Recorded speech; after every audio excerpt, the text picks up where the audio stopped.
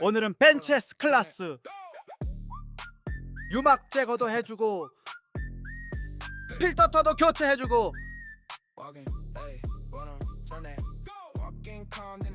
에어컨 냄새 제거, 내시경 에바 클리닝 해주고 계속 반복 세척해주고 했더니 열이 됐어요. 내 차 견적 궁금하시면 DM을 주세요.